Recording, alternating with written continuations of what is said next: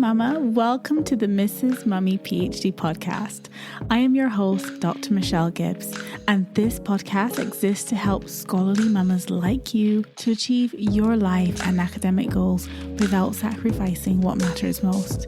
Here, we're changing the overwhelm, juggle, struggle narrative around what it means to be a mama on an academic journey to one of empowerment, fulfillment, and purposeful success. So how do we successfully navigate these journeys? Well, first, we need the space to embrace this unique blend. Let's begin by saying yes to creating a life that feels as good on the inside as it looks on the outside, because that's when we truly become purposefully whole. So get ready for the most non-traditional, unconventional, and revolutionary approach to PhD motherhood, because one thing I have learned over my many years of experience on this journey is that if you want something different, you have to do something different. But you must be brave enough to think differently first. So, Mama, are you in? Fabulous. Let's begin. These are our journeys of becoming. Hey, Mama. Welcome back to the Mrs. Mummy PhD podcast. As always, it's such an honor and privilege to have you tune in today and to spend this time together. I do not take that for granted, and I'm so grateful that you've chosen to listen in today. In today's episode, I want to talk about something that came up recently in our Scholarly Mamas Explore community. And somebody asked a question about how do you deal with mum guilt? How do you deal with the guilt when you are a scholarly mama, you're navigating an academic journey as a mama, and when you're working on your academic, scholarly tasks, you feel guilty about not being with the kids. And when you're with the kids, you feel guilty about not working on your research. And, this is a really dear topic to my heart. And I just wanted to disclaim here to say that I am not a therapist. I'm not a mental health professional. If you are dealing with mental health challenges associated with feelings of guilt and shame that are really becoming difficult to manage and are really becoming quite debilitating and really stopping you from making any progress, I would encourage you to seek mental health support from a qualified professional.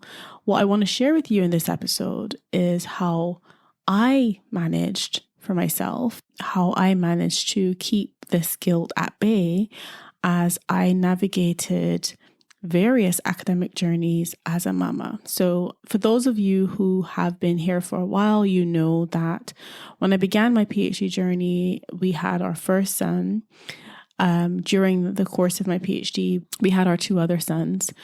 But I also navigated a master's degree, did a clinical master's of research, and I did that as a mama of one, and it was really hard. So this isn't just specifically for navigating a PhD journey, but I just wanted to share my experience of how I managed these feelings of guilt as I was juggling, academic work and motherhood and everything else, right, in between. I remember just sitting in my son's nursery car park, and I remember distinctly feeling this overwhelming sense of what on earth am I doing?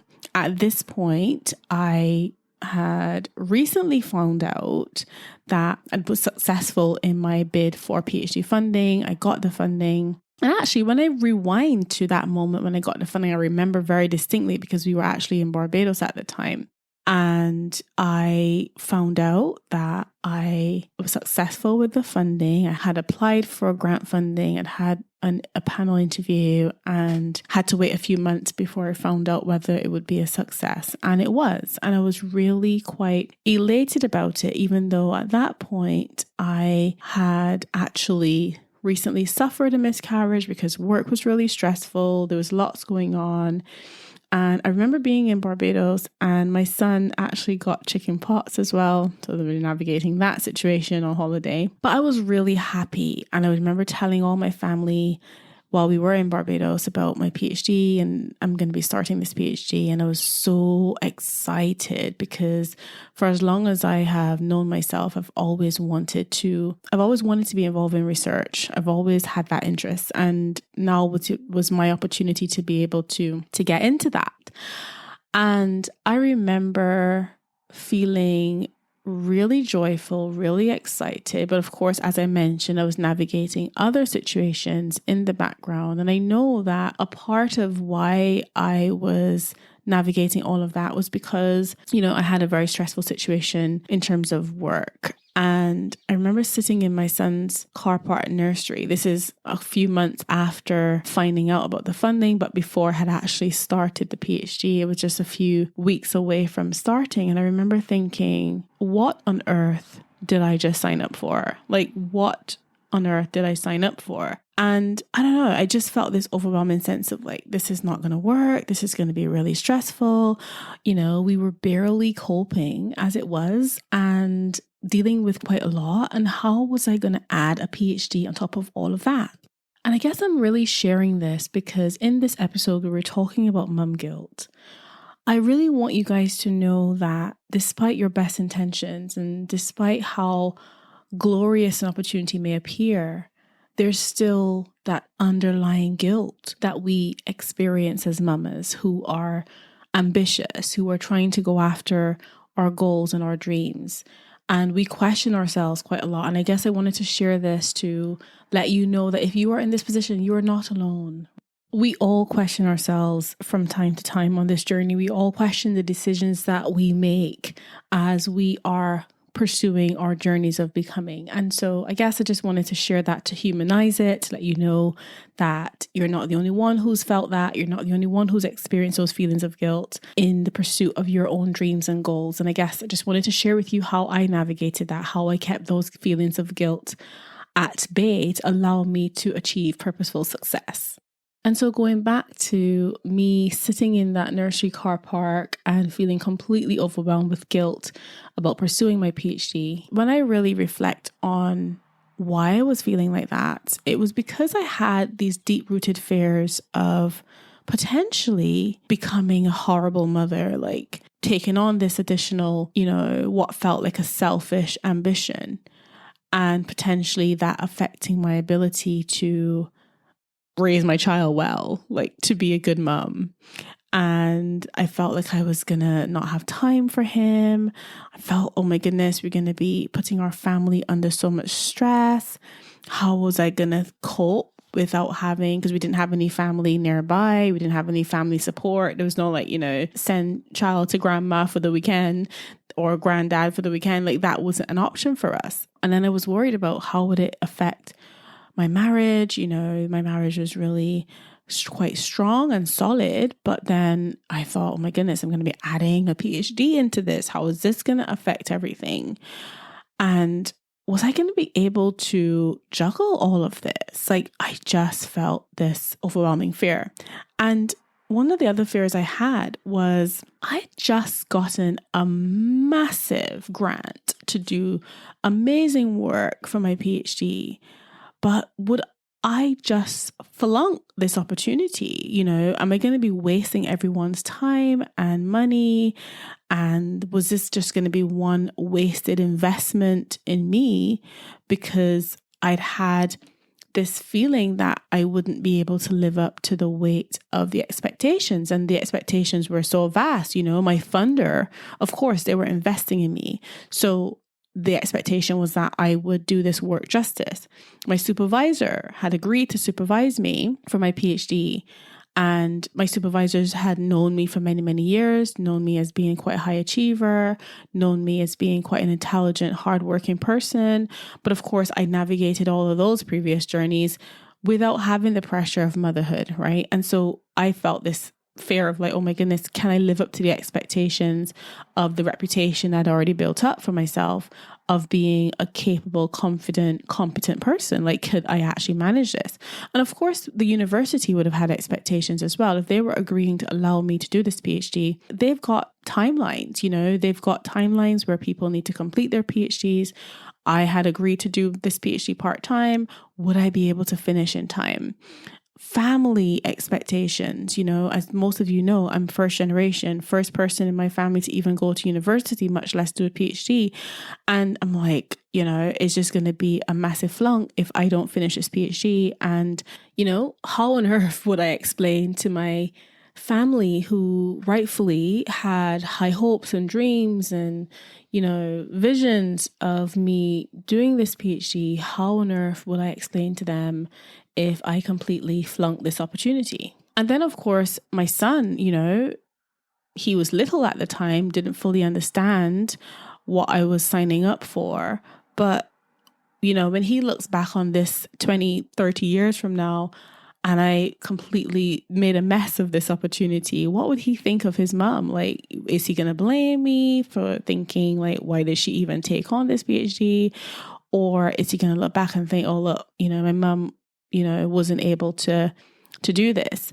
And also my personal expectations, like I said, my own standards of the high quality of work that I expect of myself and the dedication that I've poured into my academic journeys in previous years, would I be able to live up to that? And so I had all of these fears, and I really had to get to the bottom of why was I feeling this overwhelmed? Why was I feeling this guilt, this overwhelming sense of guilt? Even before it even started the PhD, I felt like, oh my goodness, how is this going to work? And I really had to take some time to reflect in that moment in the car park when I was feeling those feelings of overwhelm, feeling those feelings of guilt of, like this was going to be me being quite selfish to take up an opportunity like this. Even though I knew how amazing an opportunity it was, I still had those thoughts. And in challenging those thoughts, one of the things that really I had to do was to kind of come back to the why. Why did I even apply for this grant? Why did I propose this research project? What would it mean for my career if I could see the journey through? What an amazing opportunity it was.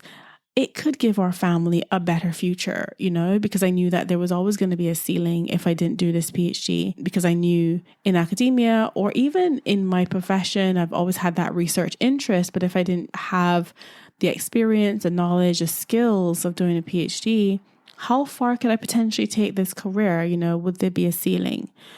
And also education being one of my core values. I really believe in the power of education. Coming from a very poor family, coming from a background where people were not well educated, what could that mean for my future generations? If this could be a turning point for my family, that we could change a narrative. This is an opportunity for us to change a narrative. And it, felt like it could begin with me.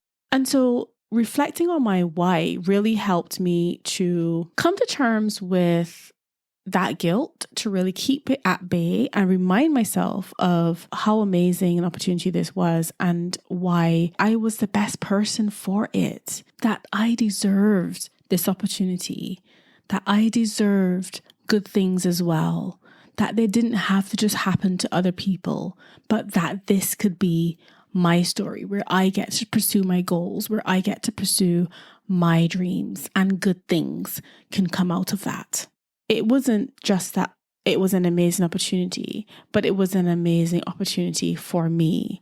And I knew that within the limited scope of potential support that I might have, it was still possible for me. I could still do this. I had a really supported husband who was cheering me on from the sidelines even before I began. I had an amazing supervisor, who I knew believed in me and would support me through. I had an amazing funder who, as time went on, I realized how supportive they were in making sure that I could see this journey through. I did have those pillars of potential support that I could lean into. And I really needed in that moment to remind myself of, why this was a good opportunity for me. And just going back to this idea of the mum guilt and how I navigated the challenges of pursuing a PhD while raising my son and then obviously raising our other kids, and how I grappled with those conflicting feelings of guilt. So I just wanted to share a couple of tips. Again, this is from my own personal experience, so everything won't apply But it's helpful to just think about some of the things that you could try to see if they will help.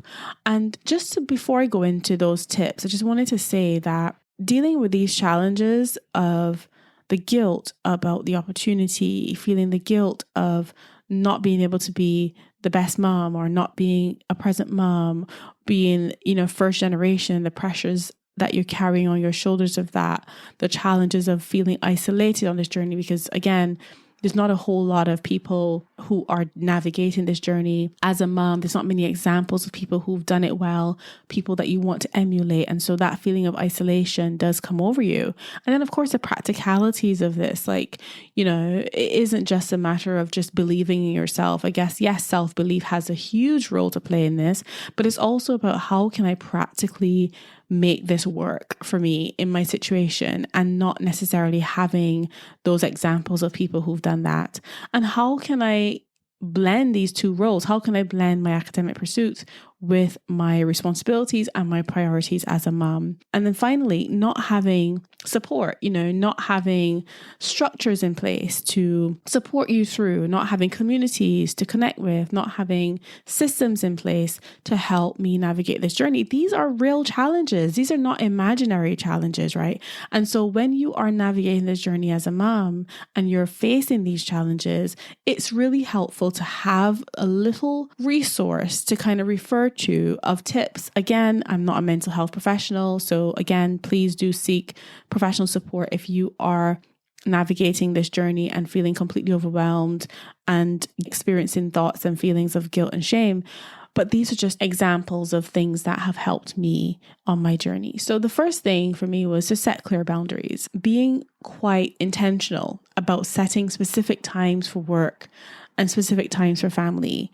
Because when you're with your kids, you want to be present. You don't want to be feeling worried about all the work you haven't done. You want to be able to focus on the memories that you're building with them, the activities that you're engaging in with them, the conversations that you're having with them. And when you're working, you want to be able to focus on the research you're doing. You don't want to be thinking about all the things that you're not doing with your kids. And so being really intentional about boundaries was one of the things that really helped me to navigate this journey and really keep that mum guilt at bay, because I knew when I was with my kids, that was designated time with my kids. And when I was doing my research and my work, it was designated time for that. And so it really just helped me to compartmentalize those things. And again, this is not a matter of saying, oh, I'm doing my research, so I'm no longer a mum, or I'm doing my mum stuff, so I'm no longer a PhD researcher. It is about just recognizing that at that moment in time, that's your focus, and you will have time, dedicated, intentional time set aside in the future to spend with your family or to spend on your research. So when you're doing one or the other, you can be confident in knowing that I can focus on this because I know in a couple of hours' time, I've got time set aside to spend with my family. So that just helps, really having those clear boundaries. And then when you are with your kids, I think this is a second point. When you are with your kids, really making that time count. So, quality over quantity, right? Engaging in meaningful activities, meaningful conversations, really intentional time to create those lasting memories. And if you are pouring into building that quality time, then I guess quantity is less of an issue, because when you are with your kids, you're, enjoying that time together. They're connecting with you on a very deep level, and they feel like their needs have been met. You feel like your need for connection with them has been met, and there is less pressure on the frequency and more value into the quality of time that you're spending together. The other thing that I found really helpful, especially with my eldest son, because he's obviously the older one, is involving the children, like letting them be a part of the academic journey. We are preparing to go to my graduation. Of course, my kids will be there, my family will be there. And honestly, they are super, super excited because they know what I have been through. They don't know the intricacies of it, but they have been a part of the journey. And so explaining to them what I've been working on. My eldest son asked me so many questions about my research question, my methods, what I did, all the different things that I did in my PhD. He's been asking me those questions because that helps him to understand and build an appreciation for what Mummy has been working on. Mummy just hasn't been locked away at her desk working on some arbitrary idea, but this is actually what Mummy has been doing. She's been working towards something really important. And, being involved in that way, I think has really helped. The fourth thing I would say is to find yourself or create a supportive network. Now, as I mentioned, we don't have our family nearby. And so we didn't have that benefit of having close family to support us and, to be there to help us on a practical level. But I think one of the things that I wish I had when I was navigating this journey was the opportunity to connect with other scholarly mamas who would understand the situation, right? And being able to share experiences and share strategies. And this is one of the reasons why I have created Scholarly Mamas, because I know what I didn't have and I know what would have been helpful for me if I did have it. And that's what I want to create for others. This is what I want to create for people like you who are in the throes of all of this, to be able to connect, to be able to seek that support, to be able to seek that moral support and feel like you are part of a community. And that's what we're trying to create inside Scholarly Mamas. So if you are not yet inside Scholarly Mamas, make sure you join. You can join our free Explore community and, just be in the presence of other mamas who are navigating this journey. And so the fifth thing that I try to do, and again, it's not an easy thing to do. I still struggle with this, but practicing self-compassion, really giving yourself grace. My husband is constantly telling me this. He's like, you need to give yourself grace and really appreciate that you're doing your best in the circumstances. You're doing your best in a challenging situation. This isn't easy. Perfection is not the goal. We're not trying to be perfect here, but you are doing the best that you can. He's always been so reassuring in reminding me that you need to practice self-compassion. You need to give yourself grace. And so that's what I want to offer to you as well, that if you are navigating feelings of mum guilt, if you are feeling like, oh my goodness, I'm torn between pursuing my goals and being present for my family, is to just remember that you're doing the best you can. And this situation isn't forever, right? This is not a situation forever. This is going to pass as well. And so to just make it, as tolerable as possible, reminding yourself that you're doing the best you can, that you're not trying to be perfect, will really help you to keep those feelings of mum guilt at bay. And I guess this kind of goes in line with this idea of reframing your perspective, I guess. Rather than seeing this academic pursuit, this academic journey as taken away from your family, taken away from your kids, seeing it as a way in which you are setting an example for them. You're showing them the value of education. You're showing them the value of perseverance. You're showing them that you and they can do hard things, and that can be a source of inspiration for them. I know without a shadow of a doubt that has been the case for me. My kids have seen me. They've seen me work really hard. They've seen me navigate difficult situations in my PhD, and they have seen me come out on the other end. And that has been a source of inspiration for them. Now they know, look, if my mum can do something so difficult, I can do hard things too. They may not do a PhD. They may do or they may not do. It doesn't matter. But it's the idea of that self-belief, developing those thoughts of it's possible. It is possible for me. If my mum can do hard things, so can I. And so just reframing your perspective as, one of inspiration, not that this is taken away from your family, but that this is in some ways inspiring them as well. The seventh tip I would say is to really organize your task and time as effectively as possible to maximize your productivity during the time that you have. So this is one of the reasons why I have created Scholarly Mamas Focus, because we all have the best intentions, but with the limited time that we have, sometimes it's not always productive. And so really maximizing opportunities to be productive, whether that be joining a co-working space so that you've got that accountability to make sure that you actually achieve the task that you've set for yourself in that time. We don't have a lot of time as scholarly mamas. That's just a reality. We can't change that fact, right? We have to find ways of navigating this journey within the time that we have available. And if you want to keep that mum guilt at bay, really you want to make sure that the time that you do have available, the time you do set aside intentionally to work on your research or to work on a given task, that you are as productive as possible in that time. And so if you're not inside Scholarly Mama's Focus, please do come and join. The sessions are a minimum cost and there's no long-term commitment, but it gives you the opportunity to work alongside other Scholarly Mamas and to really maximize your productivity within the time that you do have, because the reality is that we don't have quite a lot of time available. The eighth thing I would say is to really focus on self-care. Now, this is easier said than done. I know this. And we always hear people say, you can't pour from an empty cup. And while that is true, sometimes the temptation is there to overwork. The temptation is there to push through the tiredness. And one of the things that I would say, I will talk about this in another episode, but I actually recently did not do this. And one of the reasons why I want to share that with you is because I want you to know that even with the best intentions, sometimes we get caught up in doing too much.